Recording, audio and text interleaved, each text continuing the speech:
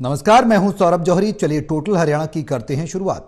हरियाणा के मुख्यमंत्री नायब सैनी गोहाना में बीजेपी की ओर से आयोजित कार्यक्रम में पहुंचे। उन्होंने हाथ जोड़कर लोगों का अभिवादन किया।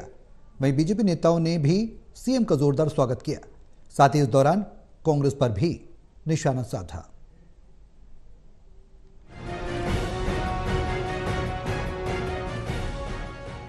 मुख्यमंत्री नायब सिंह सैनी ने हरियाणा दिवस और विश्वकर्मा दिवस के साथ प्रदेशवासियों को दीपावली की बधाई दी।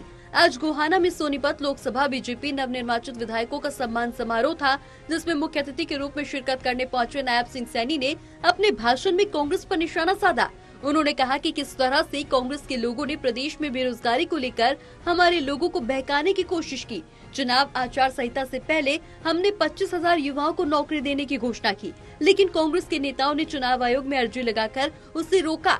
एक तरफ तो वो बेरोजगार युवाओं के साथ होने की बात करते हैं, दूसरी तरफ नौकरियों के रिजल्ट रोकने का काम कर रहे हैं। भूपेंद्र हुड्डा ने जयराम को फोन कर चुनाव आयोग में भेजा। उन्होंने अर्जी लगाई, ये चुनाव आचार संहिता में रिजल्ट निकालने का काम कर रहे हैं। हमने घोषणा की थी 8 अक्टूबर के बाद ये नौकरियों के रिजल्ट निकालने का काम करेंगे। हमने शपथ लेने से पहले उन नौकरियों का रिजल्ट निकाला। कांग्रेस के लोग बात करते थे, इनके बड़े बड़े नेता बोलते थे कहां बेरोजगारी फैल रही है, ये बात करते थे। कहां नौकरी नहीं लगी, ये भी बोलते थे।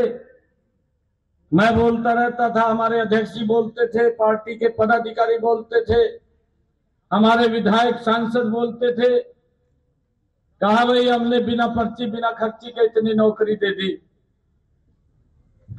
और देखिए भाई कांग्रेस का कमाल।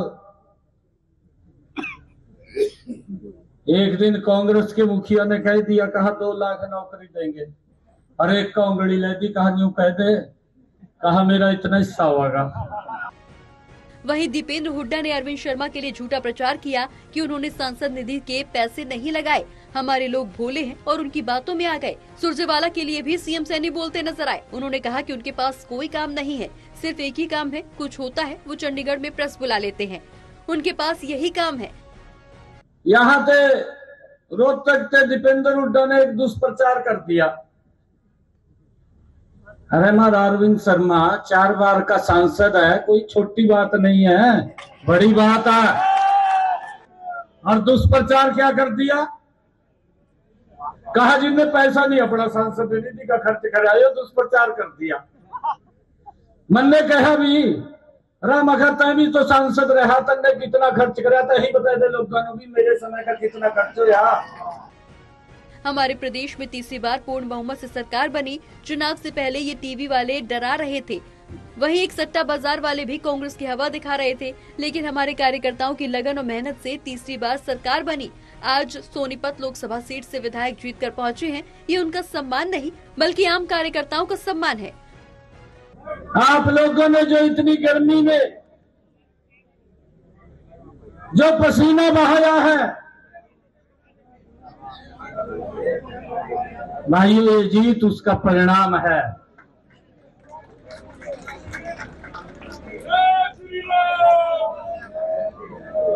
नहीं तो भाई और टीवी वाले तो मन लुटाई जा रहे थे।